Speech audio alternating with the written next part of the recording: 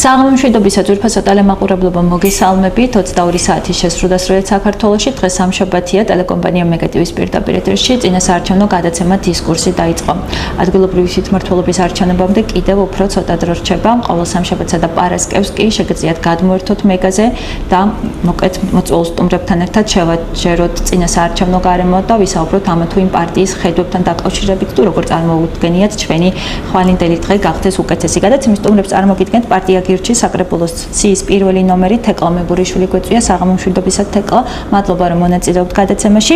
ალექსანდრე მიქაუტაძე ასევე გადაცემის სტუმარი ძლიერი საქართველოს ლელო ქუთაისის ორგანიზაციის ხელმძღვანელი და ამასთანავე საკრებულოს ციის პირველი ნომერი ძლიერი საქართველოს ლელოდან. მოგესალმებით ბატონო ალექსანდრე, მადლობა რომ ხართ ჩვენი სტუმარი. მიუხედავად იმისა რომ გადაცემა ეძღვნება პოლიტიკას და იმ ვითარებას რაც გვაქვს ქვეყანაში, განწყობა ალბათ არის უპირველესი რომ ვიყოთ დადებითი ემოციებით დამოხტული მეტნაკლებად რომ გავწიოთ ღირსეული სამუშაოები, ასე რომ თქვენი განწყობით დავიწყოთ თეკლა. მოგესალმები, როგორ გრძნობთ თავს პირველ რიგში? მოგესალმები ნანა, მოგესალმები მაყურებლებს.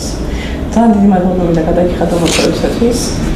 ვფიქრობ, ძალიან მნიშვნელოვანი არჩევნები არის ზოგადად თვითმმართველობის არჩევნები, ვინაიდან ზოგადად ქვეყნის მნიშვნელოვანი ბედისა თვითმმართველობაზე დგას.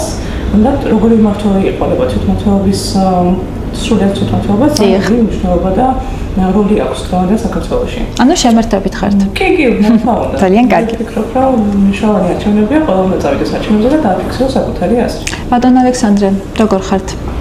რამდენად ხართ საბრძოლო ნოტაზე? აქვე მინდა ძვირფას ტელემაყურებლებს განვუმარტო, რომ რა თქმა უნდა ჩვენ დავაპატიჟეთ ქართული ოცნების წარმომადგენელი, მაგრამ როგორც ხდება ხოლმე ბოლო წლებს თუ გადავხედავთ განსაკუთრებით და გადავალებთ თვალს, მათგან პასუხი ტრადიციული უარი იყო, შესაბამისად მათ ვერ ხედავთ დღეს ჩვენ სტუდიაში.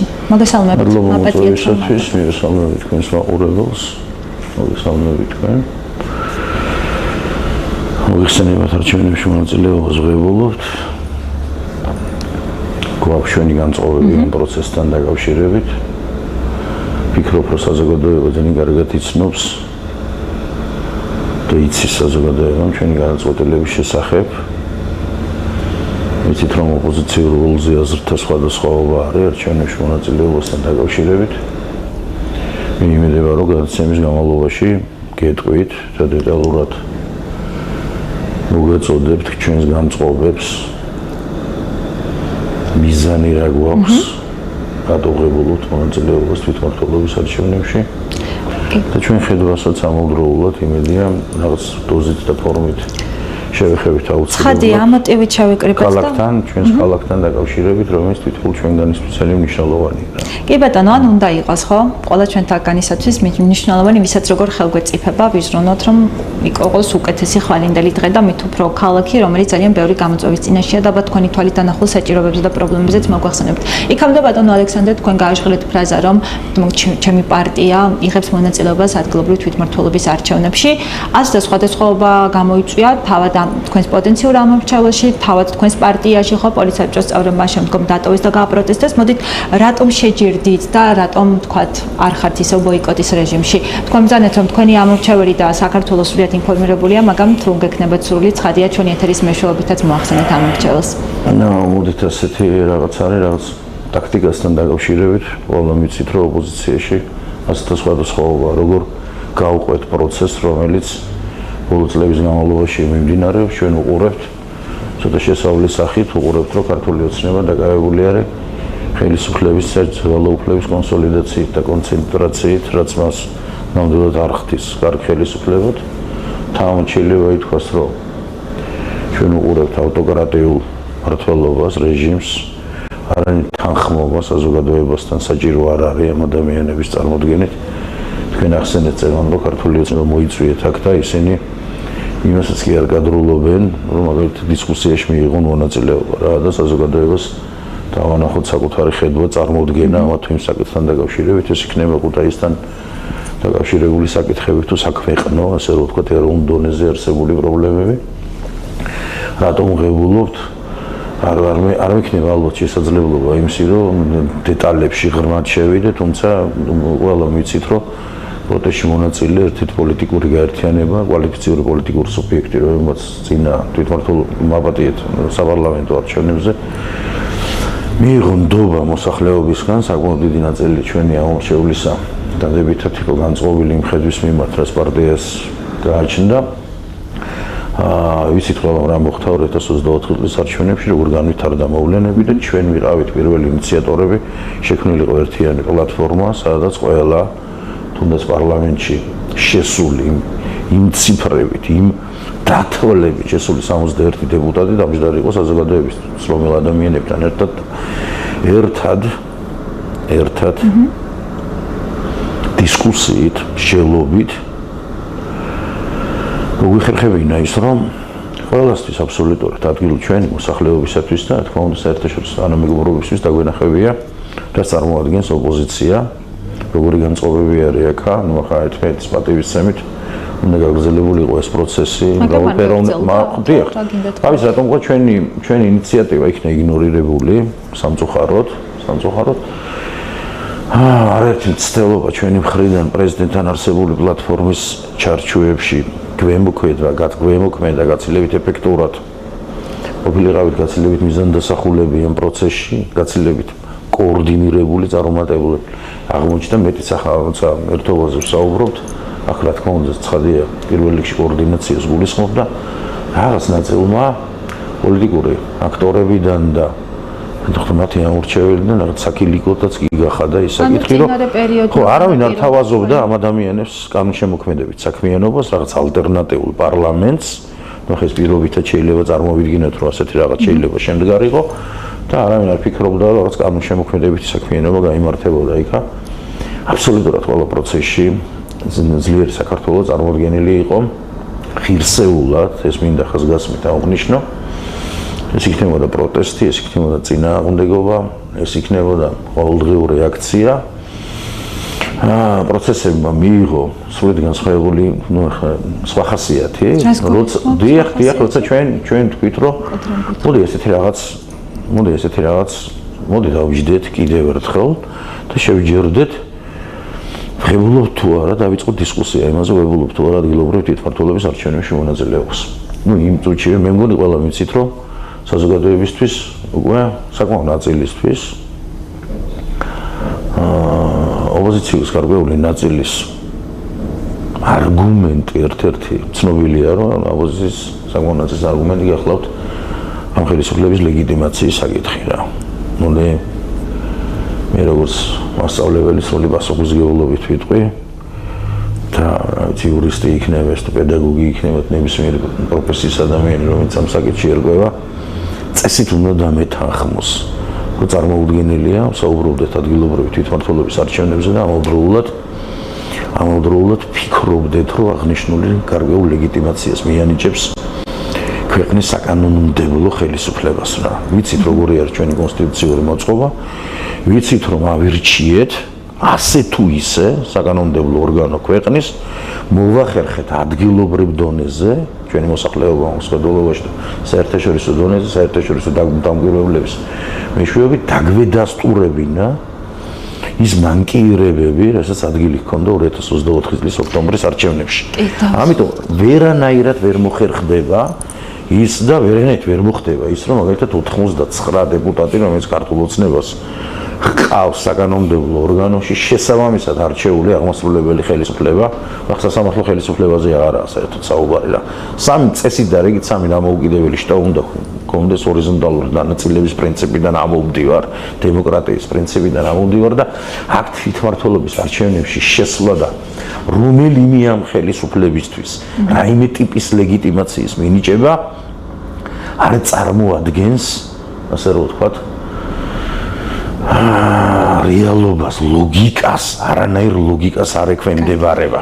ამიტომ ჩვენი ამოცანა გახლავთ ადგილობრივი თვითმმართველობის დონეზე შევქმნათ წინააღმდეგობის ფორმები, არ დავტოვოთ არც ერთი მუნიციპალიტეტი, უმეთვალყურეოთ, ვიყოთ თვითმმართველობებში წარმოდგენილი, არაფერს ვამბობ თვითმმართველობის არსის შესახებ. ხო, მაგაზე დავით ვისაუბრებთ ალბათ რას წარმოადგენს თვითმმართველობა? დავუბრუნდეთ თემას თვითმმართველობას, რა ხელეწიფება თვითმმართველობას ადგილობრივ დონეზე, რამდენად არიან დამოუკიდებლები და ქმედით უნარიანები, თეკლა მაპატიე, გავოდინეთ. მოგესალმებით კიდევ ერთხელ. კი, ცხადიათ საინტერესო იყო თავისთავში გირჩის ინიციატივები რასაც აჟღერებს ამ წლების მანძილზე საზოგადოებაში არაერთგვაროვან რეაქციას იწვევს და შეიძლება ჩავთვალოთ, რომ რაღაც ეს ქართული საზოგადოების დიდი ნაწილისთვის თავის თავში ბოიკოტია. კი, მომახსენეთ, რას ელოდებით აი ამ არჩევნებისგან და თუნდაც აი ბატონი ალექსანდრეს მაგალითსა და მისი პარტია, რო ვთქვათ, რამდენად გონივრული არის ეს გადაწყვეტილება. ბოიკოტის რეჟიმის დათმობა. მე არ მიდიხარ შევაფასო სხვა პარტიების გადაწყვეტილებები. მე ვფიქრობ, რომ გონივრული არის. გადაწყვეტეს ჩემი პარტიის იდეოლოგიიდან გამომდინარე, რადგან ჩემი პარტია თავისთავად ბოიკოტში და მათ შორის ღიად ამბობდა, რომ გადაელახა ბარიერი არ იქნებოდა ბოიკოტში, თავისთავად ამ ლოგიკით მე არაფრის საფუძველი არ მაქვს, ვთქვა, რომ არასოდეს გადაწყვეტილებას აკეთებდნენ, მიიღეს, თუმცა ანუ არ მინდა რომ რაღაც არარეალური დაუპირქიან ჩვენ ამ მორჩევალს ამ ის გვისმენს. ამგონია რომ თვითმმართველობის ამარჩევნებით გიჩს ექნება ის მხარდაჭერა, რითაც ჩვენ შევძლებთ თუნდაც თვითმმართველობაში მივიღოთ ისეთი მნიშვნელოვანი გადაწყვეტილებები, რაც ზოგადად ქვეყნის პოლიტიკურ გავლენაზე ცვლილებებს მოახდენს. მაშინ თქვენი მიზანი რა არის? ჩვენი მიზანი არის, რომ ჩვენი პარტია გავაძლიეროთ. ჩვენ პარტიას ყავდეს ადგილობრივი პოლიტიკოსები, რომლებსაც ექნებათ საშუალება დაელაპარაკონ მოსახლეობას. ანუ არ ვიყოთ რაღაცა პარტია, რომელიც სადღაც თბილისში სათავოფისი აქვს და იქედან უნდა რაღაცა შემდეგ 4 წელიწადში არჩევნები მოვა, იმ 4 წლის არჩევნების თავზე მიიღოს იმედი ხელა ძალაუფლება, რომ პარლამენტში მოხვდეს. და რაღაცა გავლენები მოახდინოს. გვინდა რომ ჩვენი დამოუკიდებელი ადამიანები, რომლებიც უბრალოდ მეც ერთ ჩვეულებრივთან ამ ქალაქში ვარ, ამ ქალაქში დაუბრუნდი მანამდე თბილისში ცხოვრობდი, გადმოვედი ქუთაისში და შესაბამისად მინდა რომ იმ პრობლემებს, რომელსაც ამ ასაკში ამ გადმოსახედიდან უყურებ, გადაწყვეტილებები მივიღო. თუ ამ გადაწყვეტილებებით მე ვერაფერს ვერ შევცვლი, მინიმუმ ის ადამიანები, ვინც ჩემთან მოვიდნენ რაღაცის სათხოვნად, უნდათ რომ დავეხმაროთ პრობლემების გადაწყვეტაში, დახმარება მთხოვეს და დავეხმარებით, ვერ დავეხმარები, ამას უკვე ადამიანები შეაფასებენ. ესეგებია. ძალიან მარტივი იმისა, რა არანაირი გრანდიოზული გეგმები ამასთან დაკავშირებით თუ ჩვენ დიდ ცვლილებებს მოვახდენთ ამ არჩევნებში, მე პირადად არ მაქვს. ანუ არჩევნებამდე ეს თქვენი განცხადება არის, რომ რაღაც დიდი მოლოდინები თქვენს პოტენციურ ამომრჩევლს თქვენს დამი არ უნდა გქონდეს. კი, ბატონო, მადლობა თეკა. ბატონო ალექსანდრეს, ქვეყანაში რამდენად როგორ შეაფასებთ აი ამ წინა საარჩევნო გარემოს, რამდენად ჯანსაღი არის საერთოდ აი გლობალურად რო შევხედოთ ჩვენს ქვეყანაში მდგომარეობა. ორი რაღაც უკიდურესი პოლუსი, დაპირისპირება მოქალაქეებს შორის. ხანგრძლივ პერსპექტივებში რა შედეგები შეიძლება მოიტანოს ისეთი მცირე რიცხოვან ქვეყანას, სადაც ძალიან ბევრი პრობლემაა და ალბათ თქვენს დამეთანხმებით და გაწუხებთ ეს ყველაფერი. მოდით ასეთი პირველ რიგში ხაზგასმით მინდა აღნიშნო, რომ ჩვენ ვრჩევით პროტესტში და ჩვენ ვართ პროტესტის ერთგული. ჩვენ გამოხატავთ პატივისცემას იმ პოლიტიკური აქტორების მიმართ, რომლებიც არიან სრულ კომპრომისო ზემ პრინციპულ ბრძოლაში წარმოდგენილი, ეს მინდა ხაზგასმით კიდევ ერთხელ აღნიშნო, ჩვენ თანაპარტიელების საკმაო ნაწილი წარმოდგენილი არის ამ იქნება თბილისში, იქნება ქუთაისში ამ პროცესებში. ეს ერთი ინარჩუნებენ ერთგულებას აღნიშნული ამბების მიმართ. და კიდევ ერთხელ, ახლა მინდა დაგიდასტუროთ და გითხრათ, გახლავთ ის, რომ ჩვენი მთავრობის მოთხოვნა გახლავთ ვადამდელი ეროვნული საპარლამენტო არჩევნების ჩატარება და ამავდროულად პოლიტპატიმრების გათავისუფლება. ძალიან ლეგიტიმაციის შაკით შევეხეთ, ძალაუფლების კონცენტრაციას და ასეთ ხელისუფლების მხრიდან ავტოკრატიულ ნაბიჯებს. ბუნებრივია ლოგიკურია შეკითხვა საარჩევნო გარემოსთან დაკავშირებით და ეს გახლავთ საკითხი,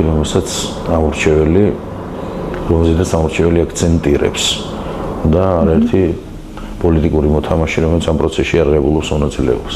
ჩვენ ძალიან კარგად ვიცოდით, რა წარმოადგენს ქართული ოცნება 2024-შიდაც, 2020-შიდაც და კარგი ხანია უკვე რა, ვიცი, 2016 წლიდან მათ შეწყვიტეს პატივისცემა მრავალფეროვნების მიმართ, ეს გამოხატული გახლდათ სრულიად ეშალეს საკუთარი კოალიცია. თუ გახსოვთ რა, მხოლოდ ბატონი ძიძუგური და კონსერვატორები დარჩა მათთან რა. რაღაც არის რაღაც მაპატიეთ და რაღაც манипуляციებს მიმართავენ ხალხის ძალა მაქვს ხედულობაში და რაღაც ყალბი წანაზარდები ბოდიშვიხტი ახლა ქართულ ოცნებასთან ერთად არჩეული საიდანაც პრეზიდენტიც კი ავირჩიეთ მე კოლეგიის მეშვეობით. ამიტომ მანამდეც ვიცოდით და დღესაც ვიცით, რომ ქართული ოცნება არ წარმოადგენს კეთილსინდისიერ პოლიტიკურ ძალას რა. პირიქით შემიძლია გითხრათ, რომ ეს არის პოლიტიკური ინფექცია, რომელიც მნიშვნელოვნად დააზიანა ქართული სახელმწიფოს სხეული და დაზიანებას ეს ინფექცია და დაავადებას ჩვენი სახელმწიფოებრიობის საგრძელებს რა და აუცილებლად არის გზები და საშუალებები მოსაძებნი რომ ეს ადამიანები ჩამოვანს ეს მავნებლები ქართულ ოცნებას ჩამოვაცილოთ ხელისუფლებას. ახლა რაც შეეხება გარემოსთან დაკავშირებით. არაფერი არ შეცვლილა. მოდი ჩვენ როცა საუბრობთ რომ შევედით პროტესტში, არ შევედით პარლამენტში, მეორე მხარეც აქვს ამას. კონვეიერი აუმუშავეს საკანონმდებლო ქართული ოცნების დეპუტატებმა, საკანონმდებლო ხელისუფლებამ და ჩვენ უყურებთ როგორ უარესდება არაერთი თვალსაზრისით კანონი. იზღუდება გამხატვის თავისუფლება, შეგრების თავისუფლება, სრულად, რა ვიცი, თვითმმართველობის არჩევნებში შევედით, ხო? მოდი ობიექტურობის უნდა ითქვას შეცვალეს აქ. ბევრი რამ შეცვალეს უარესობისაკენ. და რას ვაკეთებთ? მოდი რას ვაკეთებთ? ანუ ველოდებით ქართული ოცნების გაკეთილშობილებას ამ ფორმით, ასე რომ ვთქვათ, და მათ კეთილსინდისიერებაზე აქცენტით, რომ ეს ადამიანები ზნეს შეცვლიან გარემოს, ეს ასე ვერ მოხდება რა. ამიტომ არის მნიშვნელოვანი ჩვენ ვიყოთ აბსოლუტურად ყველგან წარმოდგენილი და მათ შორის ადგილობრივ თვითმმართველობაში. კიდევ ერთხელ ხაზგასმის თვითმმართველობის არსის გათვალისწინებით. მისი შინაარსის გათვალისწინებით თეკლამ ახსენა და უბრალოდ თეკლა შეეხო რა გეგმა შეიძლება კონდეს მის პოლიტიკურ გაერთიანებას გირჩს ქუთაისთან ან რაღაც სხვა ქალაქებთან დაკავშირებით. ჩვენ ვფიქრობთ, რომ აქ არავითარ შემთხვევაში ერთი გოჯი მიწაც კი, ასე რომ ვთქვათ რა, ან მუნიციპალიტეტის დასათმობი არ არის და ყველა მიმართულებით გასამართიალის ბრძოლა, რათა ადგილობრივ დონეზე, ნებისმიერ ადგილზე, ხონი იქნება, წყალტუბო იქნება, ქუთაისი იქნება, იყოს ადამიანების ჯგუფი მინიმუმ მობილიზებული იმისათვის და განწყობილი იმისათვის, რომ საბოლოოდ მოვარყიოთ ეს ხელისუფლება და შევცვალოთ ადგილობრივ დონეზედაც და ეროვნულ დონეზედაც. აქ მხოლოდ და მხოლოდ ქუჩაში პროტესტის გამოხატვით არანაირი ვერ იქნება ის შედეგი, რაც ჩვენ გვინდა რა და ჩვენს მოქალაქეებს ჩვენს არა რატომ ჩაიარა კიდევ ერთხელ გეუბნებით ამით დავიწყე საუბარი ჩვენ რჩებით პროტესტში. ჩვენთვის ძალიან მნიშვნელოვანია ვადამდელი საპარლამენტო არჩევნების მიღწევა, პოლიტპატიმრების გათავისუფლება. ვუერთდებით აბსოლუტურად ყველა იმ მოთხოვნას, რაც აქვს ეგრეთ წოდებულ ბოიკოტისტებს, პოლიტიკურ აქტორებს, რომელსაც თქვენ შეეხეთ. კი ბატონო, უბრალოდ ტაქტიკურ განსხვავებებზეა საუბარი და თქვენ წარმოიდგინეთ, როგორი იქნებოდა ჩვენ ახლა ვღებულობდეთ ყველა ერთად ამ არჩევნებში მონაწილეობას. მოდი 2021 წლის ციფრს გეტყვით ახლა. მე მაშინ საზღვარგარეთ გახლდით, მაგალითად, თუმცა 2020-დან ლელოში ვარ, 21 საზღვარგარეთ გახლდით და ქუთაისის 35 კაციანი საკრებულო განაწილდა 17-ზე. ქართულმა ოცნებამ მისთვის დამახასიათებელი მაპატიეთა მამაძაღლობით, манипуляციებით, არჩევნებში აშკარა უხეში ჩარევით და არადემოკრატიული მეთოდებით მოახერხა ქუთაისის საკრებულოში უმრავლესობა მიიღო. დავაკვირდეთ კიდევ ერთხელ ციფრებს. 18-17. ვერავინ ვერ მეტყვის გარდა ქართული ოცნების სინდისთან საკმაოდ მწყრალად მყოფი პროპაგანდისტების ვერავინ ვერ მეტყვის რომ 2020 წლის შემდეგ ქართული ოცნების რეიტინგი გაიზარდა. ჩვენ ამ წუთში ვიცით ნათლად ძალიან კარგად სოციოლოგიის მეშვეობით ახლა გორბს თუ არ ჩავთვლით ახლა ქართული ოცნების რაღაც კვლევით ორგანიზაციას რა. აქტო სოციოლოგიაზეა საერთოდ როცა გორბს ახსენებს ადამიანი. საუბრობთ ჩვენ ვიცით რომ მინიმუმ 65% თბილისში საპროტესტო ელექტორატი არის. ჩვენ ვიცით რომ ქართულმა ოცნებამ ძალიან სერიოზულად წააგო თბილისი 24 წლის საპარლამენტო არჩევნებს. ჩვენ ვიცით რომ ქართულმა ოცნებამ ვერ მიაღწია 50%-იან ნიშნულს ქუთაისის შემთხვევაში 24 წლის საპარლამენტო არჩევნებზე გაცილებით უკეთესი შედეგი ჰქონდა ოპოზიციას რუსთავში. აღარ შევეხები შეგნებულად წალენჯიხაში არსებულ რეალობას და სულისკვეთებას და არაერთ ქალაქში და რატომ ვფიქრობთ რომ თუნდაც ქართული ოცნების მიერ წარმოდგენილ ზოგი ამასაც მიშველიებს ხოლმე არგუმენტად რომ ისინი ნიშნავენ არჩევნებს არ ნიშნავენ კონსტიტუცია ნიშნავს ჩახედონ კანონმდებლობას ჩვენმა ოპონენტებმა რატო ფიქრობთ რომ ამ პროცესში არ მივიღოთ მონაწილეობა რა აი მეც გახლდით ისეთი ადამიანების რიცხვს მივეკუთვნებოდი თქვენ ჩვენი პარტიაც ახსენეთ და რაღაც შიდარხევები იქა რომელიც ფიქრობდა რომ რა ვიცი ხო არ ეჯობებდა რომ დარჩენილიყავით ყველა ერთად პროტესტში ან ყველა ერთად ღებულობდით ჩემი წარმოდგენით ასე რომ ვთქვათ არჩევნებში მონაწილეობას ძალიან მეიმედებოდა რომ რაღაც კოორდინაცია ოპოზიციის მხარეზე იქნებოდა რა და სამწუხაროა რომ ამას ეს ვერ მოახერხეთ რა არაერთი არგუმენტი არსებობს მე თქვენ ციფრებით გელაპარაკეთ არაერთი არგუმენტი არსებობს რომ ჩვენ ამ არჩევნებში მიგვეხო მონაწილეობა და ქართული ოცნებისთვის შეგვექმნა ადგილობრივ დონეზე თბილისში, ქუთაისში, რუსთავში, არაერთგან ბათუმში, წალენჯიხაში და არაერთგან დისკომფორტი ადგილობრივ ხელისუფლების დონეზე. და ეს არის რეალობა, ეს არ გახლავთ ვარაუდი, რაღაც ჰიპოთეტური წარმოდგენა, რომ ეს ასე იქნებოდა, დიახ.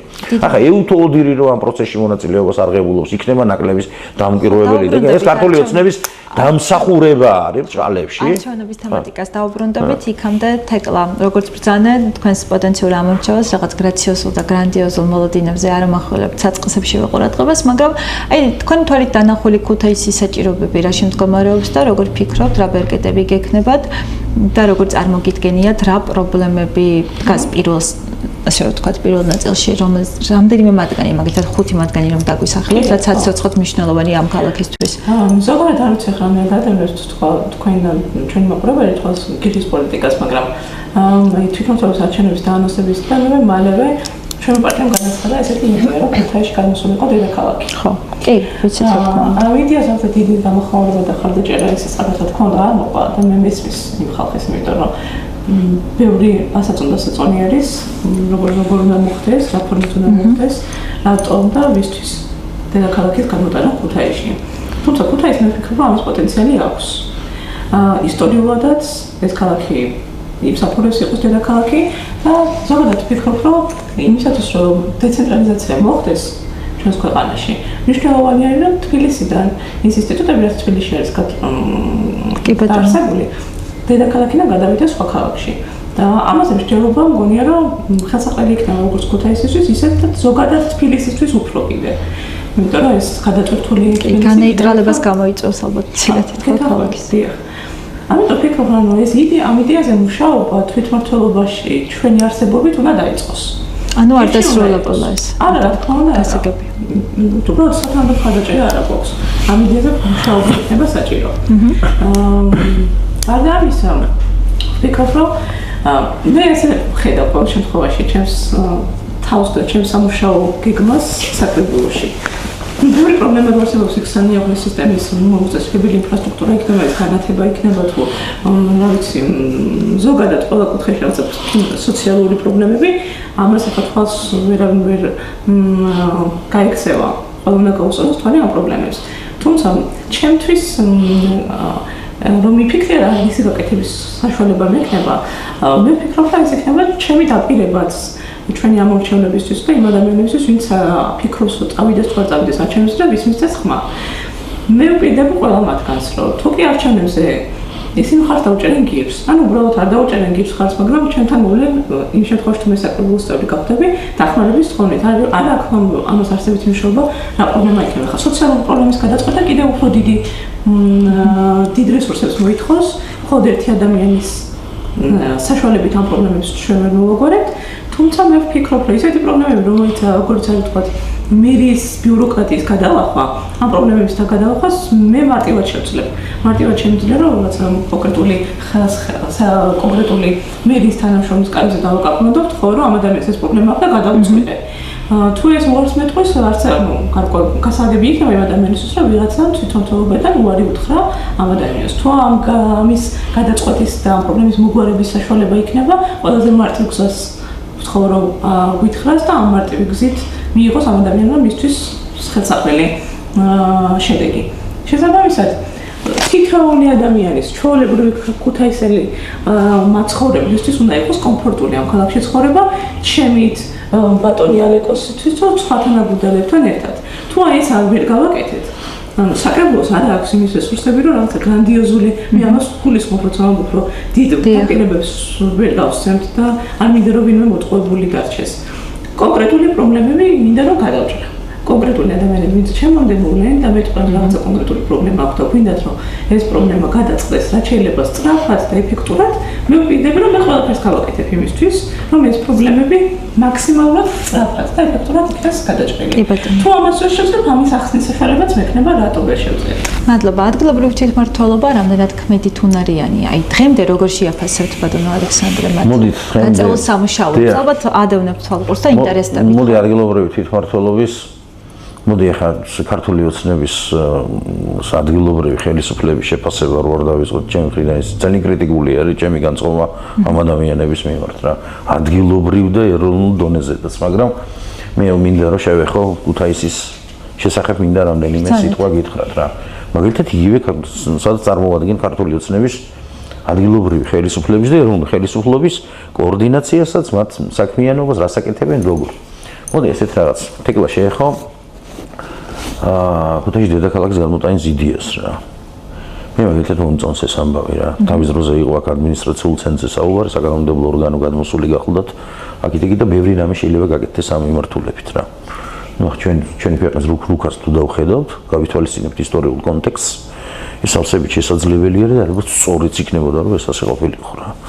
მაგრამ მე იმედება რომ არა მარტო ჩვენ სხვა პოლიტიკური გაერთიანებები ამ საკითხს სამომავლოდ დაუბრუნდებიან. ახლა მოდი ქუთაის ფიქრობს, რომ ეს სტატუსები ქუთაისის ხანგრძლივ პერსპექტივაში არაფერს მოუტანს, რა არგუმენტი გაქვთ, ანუ როგორ გააძლიერებს გავშეთ ტიპის ინსტიტუციების გადმოტანა ქალაქს?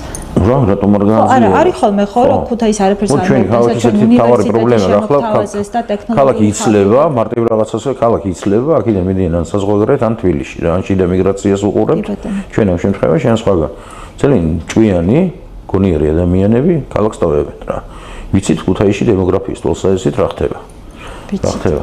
რას მოგვიტანს ჩვენ ეკონომიკური ეფექტის კუთხით? აქ რაღაც თუნდაც ადმინისტრაციული ცენტრის არსებობა, რაც გარკვეული ინსტიტუციების წარმოქმნა ქალაქში, მე მგონი ეს დათოლადი არის მეტნაკლებად რა და შესაძლებელი არის აქ ჩვენ რაღაც დეტალებში შევიდეთ.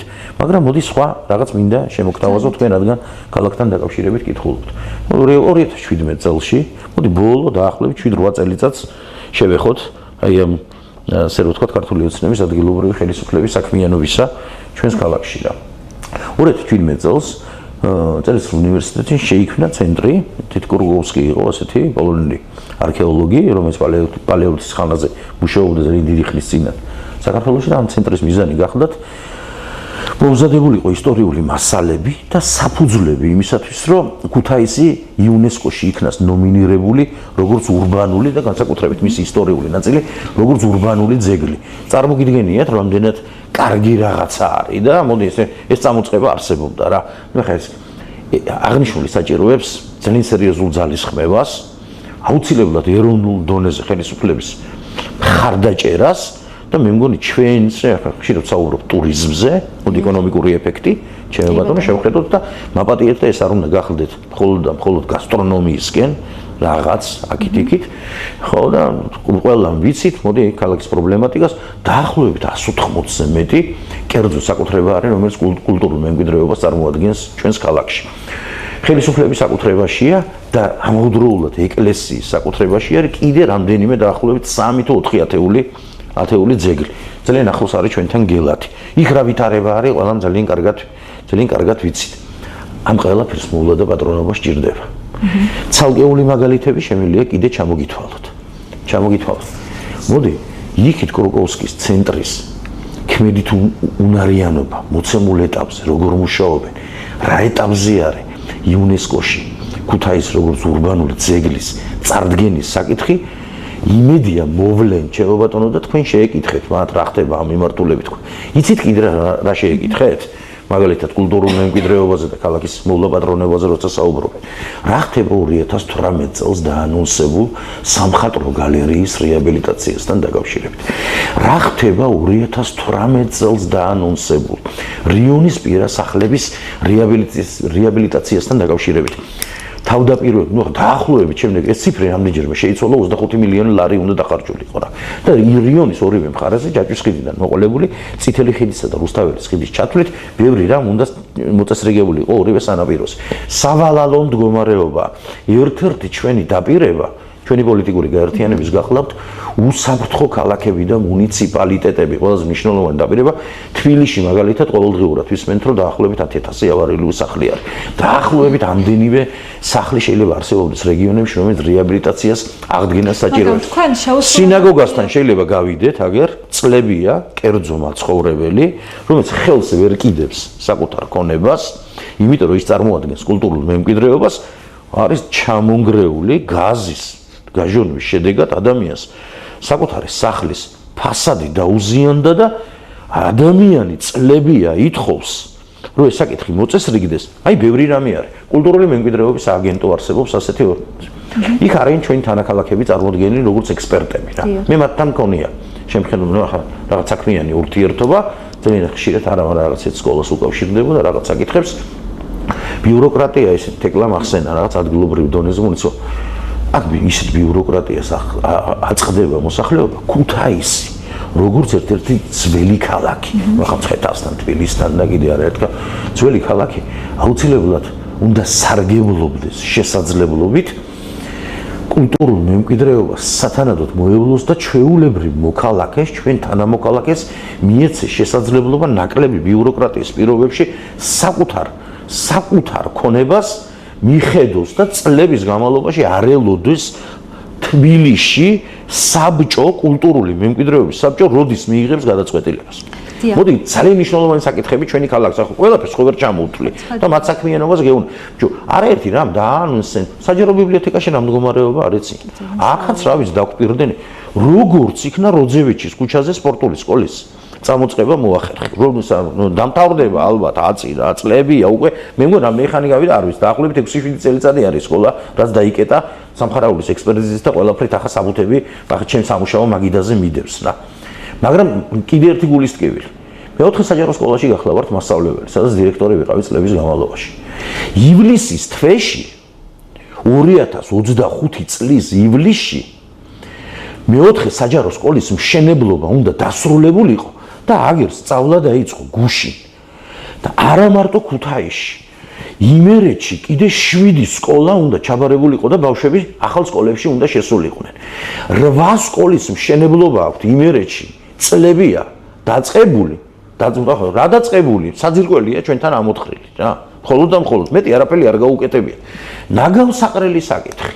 აი ქალაქის მერობის კანდიდატი, ყოფილი ვიცემერი, ბატონი ერემეიშვილი, გამოდის, მე ნახე რაღაც ვიდეო რგოლი, სადაც ის საუბრობს იმაზე, რომ ხელისუფლებამ რას მიიღო გადაწყვეტილება 40 მილიონი გამოყო და აქედან ჩვენ შევეცდებით და რაღაც რამდენიმე მანქანა ვიყიდეთო, ახლა ასე ვთქვათ, ნარჩენების შემკრები მანქანა, შევიძენთ ურნებს, გვეუბნება, კიდე გვეყოლება თვის ბოლოს ასე რომ ვთქვათ, გვექნება, მოვატიეთ, გვექნება ასე რომ ვთქვათ, ნარჩენების შემკრები მანქანები, ნაგავსაყრელით დავიწყოთ. მთელი ახლის განმავლობაში ხო ჩვენი ქალაქის მოსახლეობა იძახის რომ რა ხდება ხალხო დასუფთავების საკითხები ვერ უძლებს ვერანაირ კრიტიკას რა არა როგორ გეკადრებათ კრიტიკას ესენი არ ღებულობენ. ახლა გამოდიან და გვეუბნებიან, რომ ეს პრობლემა არსებობდა. როცა შენეუბნები, რომ არსებობს, ამის მიმღებლობა მათ არა აქვს. ალექსანდრე, ოდესღაც ხო ამორჩეველი ქართული ოცნების დაპირებებსაც ისმენდა. თქვენ ამბობთ, რომ რაღაც გაქვთ თქვენი ხედვები, მაგრამ თქვენ რატო უნდა მოგგენდოთ? ანუ ამ პრობლემებს როგორ მოაგვარებთ? ხო, ესეც მნიშვნელოვანია. ერთი არის პრობლემის იდენტიფიცირება, რა უნდა წამოვწიოთ პირველ პლანზე და მეორე როგორ უნდა გავაკეთოთ. მოდი ნარჩენების მართვასთან დაკავშირებით გეტყვით მოკლედ. ანუ როგორ მაგალითად გეტყვით რა. მოდი პირველ რიგში კეთილს ინდისიერებით რა. ხო. ჩვენი ხელისუფლებაში მოსვლის პირობებში და ის თეკლას ვიცი რომ კარგი ხანია და პატივისცემით ამ ადამიანის მიმართ და ვიცი რომ თეკლაც ადგილობრივ დონეზე თუ რა დონეზეც არ უნდა იყოს ხელისუფლებაში წარმოდგენილი და არაერთი ადამიანი კიდე ხო ის შეეცდება რომ მოდი სუბსიდიარობის თქვენ თვითმმართველობის არსზე კითხეთ. პირველი რაც შესაძლებელი არის თვითმმართველობა. რა წარმოადგენს თვითმმართველობა? ეს არის ტერიტორია. აქ უნდა მოხდეს ადამიანების არჩევა. ისე კი არა ქართულ ოცნებას რომ ნიშნავენ სუსის მეშვეობით, ასე რომ ვთქვათ რა, სიით დაწყებული და ბევრი რამით გაგრძელებული და მესამე ეს არის ფინანსური დამოუკიდებლობა რა. ფინანსური დამოუკიდებლობა. აქ ჩვენ ვერ ვიტყვით ვერავითარ შემთხვევაში, ანუ თვითმმართველობის მიმართ განწყობები ჩვენთან ქვეყანაში შესაძლებელი არის რა. ფუნდამენტურად შესაძლებელი არის და ვერ ვიტყვით რომ რომელიმე თვითმმართველობას რაიმე ტიპის თავისუფლება და ავტონომია აქვს, ჩემო ბატონო, ჭიათურა იქნება, ფოთი იქნება, ქუთაისი თუ ნებისმიერი ქალაქი ცენტრალურ ბიუჯეტთან და ცენტრალური ხელისუფლების მიმართ ხელგაწვდომილი არის და ცდილობს ადგილობრივ დონეზე არსებული პრობლემები მოაგვაროს. აი, ამას შევცვლით, ანუ საკანონმდებლო დონეზე ესეთი რაღაც ცვლილებები უნდა განვახორციელოთ და რეალურ თვითმმართველობაზე უნდა გქონდეს საუბარი და არა ყველა ხელისუფლების პირობებში არსებულ უკვე თვითმმართველობაზე, რომელიც თბილისის შემყურე გახლავთ რა. ეს უნდა გამოვრიცხოთ რა. ჯერ ერთი ამ წუთში და ამ ეტაპზე ყველამ უნდა იცოდეს, ჩვენი მოსახლეობა იქნება თუ ესეთი პოლიტიკური აქტორები, რომელიც აქ არის, მათ შორის ქართული ოცნების. თბილისი არ არის მათი ხელმძღვანელი რა. ადგილობრივი თვითმმართველობის ხელმძღვანელი არჩეული სარგებლობს მაღალი ლეგიტიმაციით და თუნდაც არსებული კანონმდებლობით აქ ერემეიშვილმა და ძმებმა ქართული ოცნების მათმა ძალიან კარგად უნდა იცოდეს, რომ იქით ნებისმიერი რაღაცა ქართული ოცნების ბიუროკრატი და მათ შორის პრემიერ-მინისტრის მისი უფროსი არ არის. ამის გააზრებას ისინი მოახერხებენ თუ არა, ეს კიდე ცალკე საუბრის თემა არის. მოდით ახლა, მოდი ამ ეს არის მთავარი შესაძლებელი. ახლა რა მოხდება, როცა ამ მიმართულებით, აი მაგალითად ნარჩენებთან დაკავშირებით, ეხლა ვსაუბრობთ. აქ არსებობდა პროექტი მყარი ნარჩენების მართვის პროექტი არსებობდა რეგიონალური ნაგავსაყრელი, ამათი დაანონსებული არის ესა. არ ვფიქრობ, რომ რაიმეს ვიგონებ, ჩემო ბატონო, შემიძლია რომ ოფიციალური დოკუმენტაცია მოგაწოდოთ, წერილები გაუგზავნე ადგილობრივ თვითმმართველობას და მათ შორის ნარჩენების მართვის კომპანიას, მათი პასუხები თან ამაქვს და გაგიკვირდებათ, რო ნახავთ, მაპატიეთ, რომ აცგარად ხვდები, რომ მეტი დრო მიმაქვს ვიდრე თეკლას, მაგრამ მინდა რომ ამ საკითხზე, აი მაგალითად ამ მაგალითზე იაპ კრედიტს გვაძლევდა ევროკავშირი. მათ შორის 2 მილიონი ევროს ოდენობის საჩუქარს გვიკეთებდა, გრანტს გვაძლევდა. და როდის დაიწყო ეგ ამბავი? ესეც სკოლების და კიდე არაერთი ობიექტის არ იყოს, სულ მინიმუმ 3-4 წლის დასრულებული უნდა გახლდეთ. საერთოდ ძვრა რა აქვთ, რაღაც წამოიწყებენ ამ თემაზე საუბარს, მოსახლეობასთან ისინი არ მიდიან სალაპარაკოთ, არჩევნები თუ არ არის, სტუდიაში თქვენთან და ჩვენთან დისკუსიისთვის ისინი არ მოდიან. გააჩერენ და რატო გააჩერენ ეგ ამბავი? ხო, ერთი მხრივ ეს უკავშირდება მათ უნარობას, სრულ უნარობას, კორუფციას და მათ სურვილს სრულად იზოლირებული გახადონ ჩვენი ქვეყანა ცივილური გარემოსგან და სამყაროსგან რა.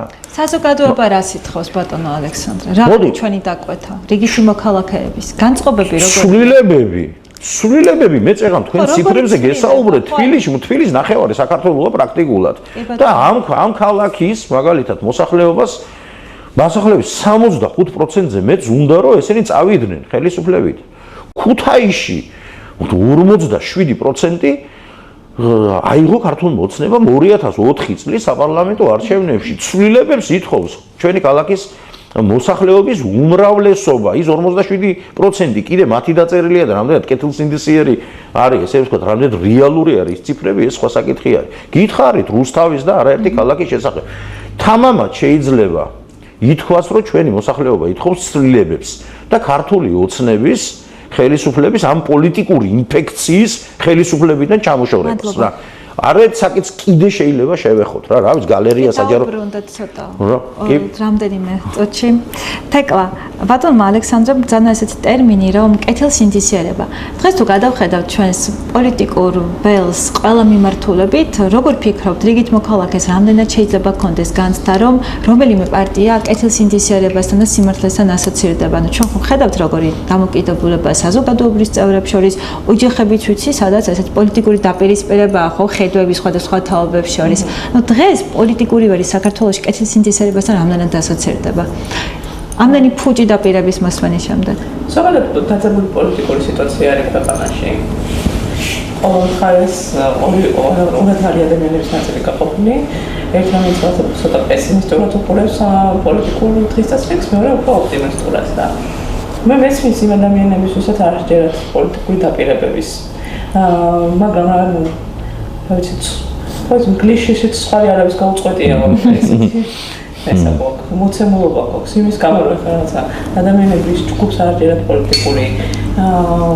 პოლიტიკოსების პატიოსნებაში და ამის საფუძველი რა თქმა უნდა რომ მათ აქვს ეს ასე გეგონოთ გონია რომ ჩვენი საქმე მაინც უნდა გავაკეთოთ და ეს არ უნდა იყოს ჩვენთვის საბაბი თუ მიზეზი რომ შევწყვიტოთ პოლიტიკური საქმიანობა ან დაველოდოთ სხვათა შორის ამაში მომისვლით ქართულ ოცნებას მიუსწრებს Tyle dalej mi darowało, chyba polityku socjoanalizy შევიდე, მაგრამ ძალიან ბევრი საქმე გააკეთე ქართულ ოცნებამ იმისთვის, რომ საქართველოში ქართულ ამორჩევას არ ქონდეს დობა პოლიტიკოსის. მათ შორის განსაკუთრებით ახალგაზრდებს. ეს რა ვიცი, ძველი თაობა მაინც მიჩვეული არის პოლიტიკურ გადახტომებს, გადმოხტომებს, რაღაცა დაპირებებს, მე არ შესრულებას ეს რაღაცა ჩვეულებრივი ამბავია. ახალგაზრდებს რაღაცა ჯერათ და წამთ, რომ ცვლილებები შესაძლებელი არის, ცვლილებები კარგი არის.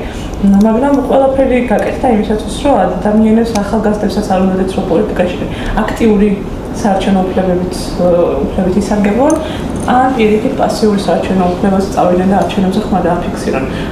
მაქსიმალურად მოწმენდილი არის ასე ვთქვათ პოლიტიკური სპექტრი. გაწმენდილი იმისგან, რომ რაღაცა პატიოსანი ადამიანების ადგილი იყოს, მაგრამ რა თქმა უნდა, რომ პატიოსანი ადამიანები არიან პოლიტიკაში. მე არავისთვის არ მინდა რომ რაღაცა შეურაცხყოფელი იყოს პოლიტიკოსის სტატუსი. პირიქით, მინდა რომ ამ სტატუსმა ღირსება დაიბრუნოს ოდესმე და მართლა არის ადამიანი, იცი როგორი რაღაცა მომენტია.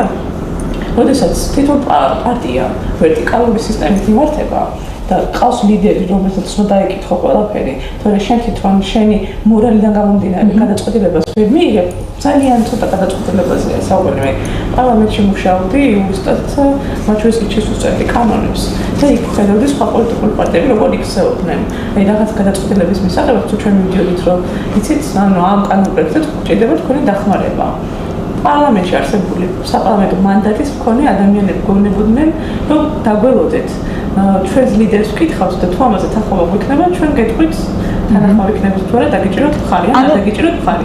ანუ საპარლამენტში არსებულ საპარლამენტო მანდატის მქონე ადამიანს პარლამენტის წევრს არ აქვს რესურსი თვითონ მიიღოს გადაწყვეტილება კონკრეტულ საკითხზე. საკითხი არ არის რაღაცა ეროვნული მასშტაბის საკითხი. ძალიან მარტივ პრობლემას ვწყვეტავთ ბიეთში პარლამენტში, იმიტომ რომ არ ქონდა 4-ზე მეტი მანდატის საშუალება და რაც ის საშუალებასაც გვაძლევდა ჩვენი ხარდაჭერა, იმას ვაკეთებდით.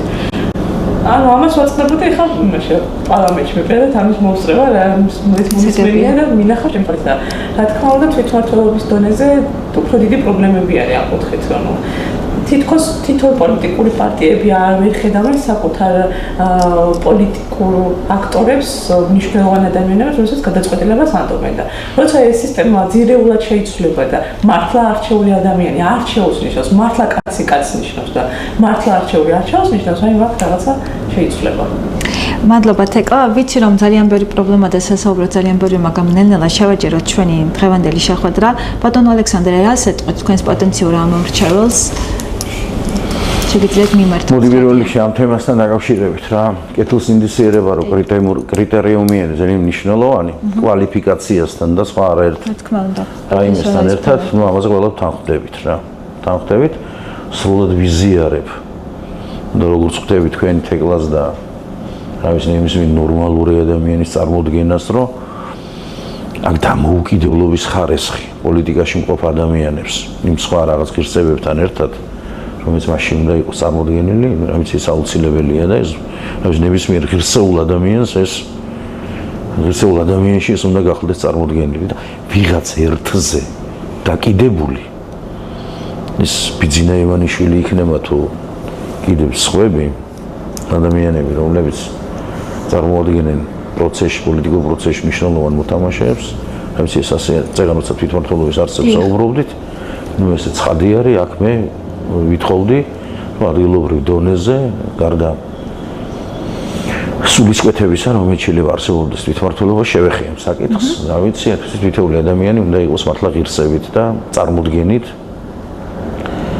და საზოგადო სიკეთის კეთებისკენ, აი სულისკვეთებით უნდა იყოს, რაც ვეთქვით, ამორჩეულს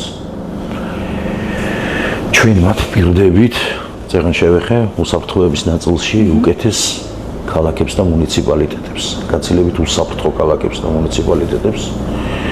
ჩვენ მათ პირდებით მილიარდიან ფონდს, რომელიც აუცილებლად უნდა შეიქმნას ადგილობრივი თვითმმართველობისთვის, გარდა იმ დამოუკიდებლობისა, რომელსაც უკვე შევეხე არაერთხელ, რომელიც იქნება მნიშვნელოვანი წინაპირობა, რომ ადგილობრივ დონეზე ინდმე წარმოეს თუ მცირე მეწარმეს განვითარების და წინსვლის შესაძლებლობა გქონდეს.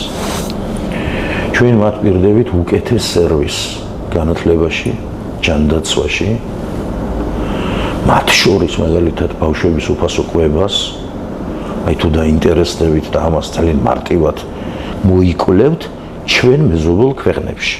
აი რუსეთზე რომ ესე რომ ვთქვათ დღე და ღამე მზე ამოდით ამათ ძველი დროის ეგრეთ ჩრდილოეთიდან რომ ამოდით მზე ამათთვის რუსეთში, სომხეთში და თურქეთში ჩვენ სამეზობლოში ბავშვებისთვის სკოლებში უფასო კვება არის. როცა ის სოციალური ფონი და სირთულეები გვაქვს ქვეყანაში, ამ საკითხის ეს უნდა გახდეთ ნომერ პირველი პრიორიტეტი რა. როგორ შეიძლება ადამიანი ელემენტარული ახლა რაღაც მაპატიეთ და სასკოლო საკითხს წარმოადგენს ბავშვებს, როცა მასლოუს პირამიდაზე ველაპარაკებით და რა არის ადამიანისთვის მნიშვნელოვანი, მისთვის უსაფრთხოება და კვება არის პირველი რიგი.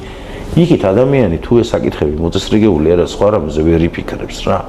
ამიტომ ჩვენი ბავშვები მშიერი არიან 700,000 სოციალურად დაუცველი ადამიანი გვყავს ქვეყანაში და ეს საკითხი კიდევ ერთხელ ხაზგასმით ნომერ პირველ პრიორიტეტს უნდა წარმოადგენდეს რა. გითხარით ჯანდაცვის სერვისს შევეხეთ რა.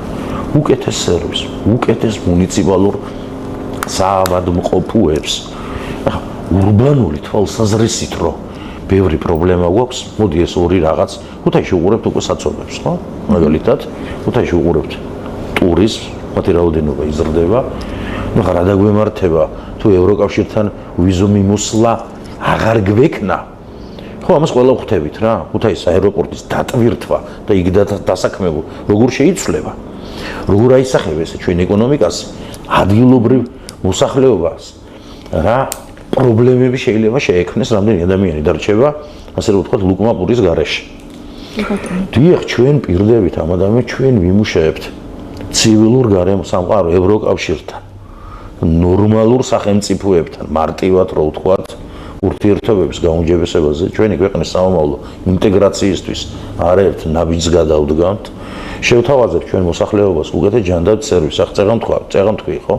მოდი ხო თანხმდებით, ხო, ყველა ვიცით, რომ ჩვენი მოქალაქეების საკმაო ნაწილი მეზობელ თურქეთში დადის სამედიცინო სერვისის მისაღებად. უსაფუძვლოდ არ ხდება, ხო ეს? თუ ხო ეს რა ვიცი, უსაფუძვლოდ არ ხდება, ხო, რა ვიცი, ახლა ძალიან კარგი, უკეთეს ჯანდაცვა და ახლა წეგან თქვი ჯანდაცვა, რომ ძალიან მნიშვნელოვანია. ჩვენ პირდებით მათ უკომპრომისო ბრძოლას იმ ნარკოპანდემიის წინააღმდეგ, რასაც რა ვიცი, რას გავს ესა?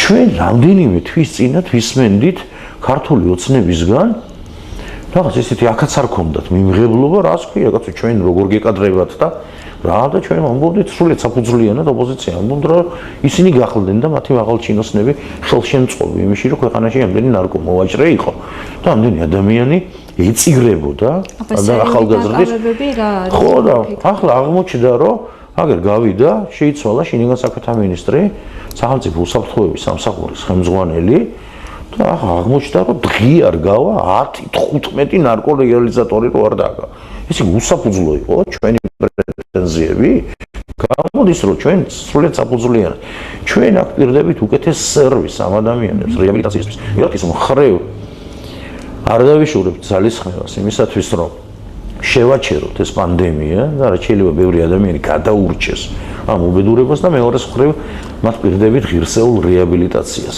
ისეც კი არა ამასაც გაიგებდით რაღაც მაბატიეთ და სადღაც ძალიან არ მომწონდა შეიძლება ბავშვებისთვის ეს ხილული არ უნდა გახლდეთ ისა მაგალითად რაღაც ნარკოტიკის მოხმარებით დაწყებული ბევრი რამ და სადღაც გადაიტანეს ხო რა ვიცი ჩვენი ხო და საშინელ პირობებში ხო და საშინელი პირობები ელემენტარული წყალი არ აქვს იქა რომ დალიონო ახლა კარგი ჩავაჯეროთ ხო ძალიან ბევრ ამის რა ძალიან ბევრ ამის დასაქმებას უამრავ სამუშაო ადგილს აქვს ჩვენი პარტიის გეგმა არის რომ მომდენო 4 წლის განმავლობაში შეიქმნას ქვეყანაში 200,000 სამუშაო ადგილი რა გითხარით უკვე მილიარდიან ფონდზე რადგან ფონდი ვახსენეთ მე მგონი ყველა ვიცით რომ რაღაც ტიპის ფონდები არსებობს სადაც თითქოს და ჩვენი ქვეყნის მოსახლეობას აქვს შესაძლებლობა პროექტის წარდგენის შემთხვევაში დაფინანსება ქართული ოცნების მხარდამჭერები თავდაპირველად რაღაცა დაიწყენ და უცხო ადამიანებს ასე რომ ვთქვა აი პოლიტიკური ნიშნით ხდება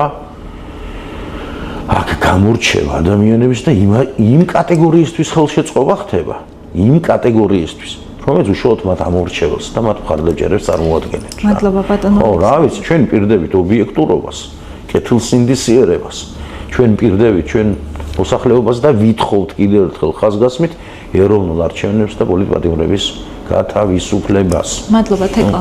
შევაჯეროთ დღევანდელი შეხვედრა და მაინც რა იქნება თქვენი დაპირება, თქვენი პარტიის დაპირება ამ მშობლებისადმი ცხადია მხოლოდ ქუთაისის არ გულისხმობს. ჩვენი პარტიის თავარი დაპირება ის არის ვიმუშავოთ იმ საკითხებზე, რომელიც მნიშვნელოვანი იქნება ადამიანებისთვის. ცხოვრების ხარისხის გასაუმჯობესებლად. რის ხადაჭერასაც და მანდატსაც მივიღებთ, იმ მანდატის ფარგლებში ყველაფერს გავაკეთებთ, რომ ადამიანებმა უკეთესად იგრძნონ თავი ამ ქალაქში. ძალიან მინდა რომ დაგვიჭოთ, რომ შვეიცარია იქნება ეს ქვეყანა ხალხაზე. ყველაფერი იდეალურად იქნება ყველა სექტორში, მაგრამ ვიცით რომ ესე არ ხდება, ესე სწრაფად არ ხდება. შესაბამისად, რა ვიცი, რა რესურსიც გვექნება ამ რესურსის ფარგლებში ადამიანებისთვის მარტივი ბიუროკრატიული პრობლემების გადაწყვეტა შევძლებთ. შესაბამისად, რაც მეტი მხარდაჭერა გვექნება, მით მეტად იქნება ამ ადამიანებისთვისაც შესაძლებლობები, რომ ეს ტვირთი, რასაც ბიუროკრატია ქვია, მოიხსნან. მთელი გიეჩის პოლიტიკა ამაზე აგებული, რომ ბიუროკრატია არ იყოს, სახელმწიფო ნაკლებად ერეოდეს ადამიანის ცხოვრებაში. და თავარი პრობლემასაც ამ ადამიანებს თვითმმართველობაში წყობს ეს ბიუროკრატია და თვითმმართველობა უქმნის. მისი ნებართვების გაცემით თუ რა ვიცი უწესრიგებელი ასფალტი იქნება ეს თუ სხვა ეს ყველაფერი ბიუროკრატიული პრობლემები არის რომელიც ძალიან სწრაფად უნდა გადაწყდეს იმისთვის რომ ქუთაისში ის ახალგაზრდები დაბრუნდნენ ის წავიდა და აქედან წასულს უკვე გეზივისაც აკაღებული ის დარჩეს ამიტომ ვსურვებ წარმატებას. მადლობა ძალიან. მაგათ დიდი მადლობა რომ დრო დაგვითმეთ. დრო წარმატებას გისურვებთ და მისი შეხვდებით ალბათ ამ სივრცეში და სხვა გამოწვევებზე ან მოგვარებულ პრობლემებზე ვისაუბროთ, რომელიც როგორც უკვე ბატონმა ალექსანდრემ ჩამოთვალა და კიდე რამდენი დარჩა ეს ყურადღების მიღმა, არეთ ყოფ ალბათ რამდენიმე საეთერო დრო. მადლობა რომ იყავით ჩვენი სტუმრები. დრობით დაგემშვიდობებით მორიგ საეთერო შეხვედრა. მადლობა თქვენ. იმსახურებთ ბედნიერ ქვეყანას, ასე რომ დაიგვეცხოვროს. ძირფესო ტელემაყურებლობა გადაცემა დისკურსი ამით დასრულებული ერთმანეთს შეხვდებით პარასკევს 22 საათზე გადმოერთეთ მეკაზე დროებით.